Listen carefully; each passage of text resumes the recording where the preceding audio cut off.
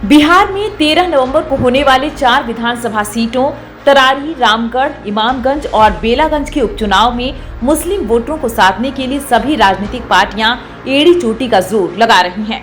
जन Swaraj party, RJD, JDU जैसी पार्टियां मुस्लिम वोट बैंक को अपनी तरफ खींचने के लिए तरह तरह के दांव पेच अपना रही हैं और एक दूसरे पर आरोप प्रत्यारोप भी कर रही हैं।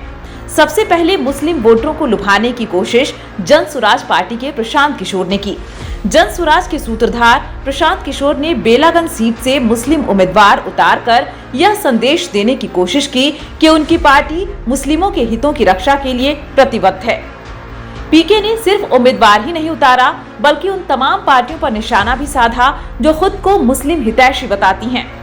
प्रशांत किशोर ने आरजेडी पर आरोप लगाया कि उसने बीजेपी का डर दिखाकर मुस्लिम समुदाय से वोट तो लिया, लेकिन उन्हें उनकी आबादी के हिसाब से कभी उचित प्रतिनिधित्व नहीं दिया।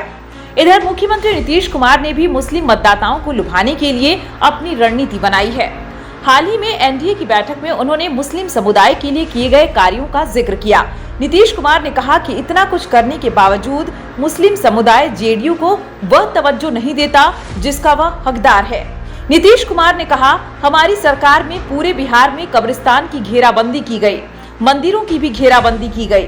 दंगा पीड़ितों को हम लोगों ने न्याय दिलवाया, उन्हें पेंशन भी दिया जा रहा है। दूसरी तरफ प्रशांत किशोर और एनडीए के तेवर देखकर आरजेडी भी अपने कोर वोट बैंक को लेकर सतर्क हो गई है। आरजेडी सुप्रीमो लालू यादव और उनके छोटे बेटे तेजस्वी यादव ने पार्टी के वरिष्ठ नेता अब्दुल बारी सिद्दीकी की मौजूदगी में नाराज चल रहे शहाबुद्दीन की पत्नी हिना शहाब और बेटे ओसामा को आरजेडी में शामिल कराया। कुल मिलाकर बिहार के आगामी उपचुनाव में मुस्लिम वोटरों को साधने के लिए सभी राजनीतिक पार्टियां एड़ी चोटी का जोर लगा रही हैं। अब देखना यह है कि मुस्लिम मतदाता किस पार्टी पर भरोसा जताती हैं और इसका चुनाव परिणामों पर क्या असर पड़ता है।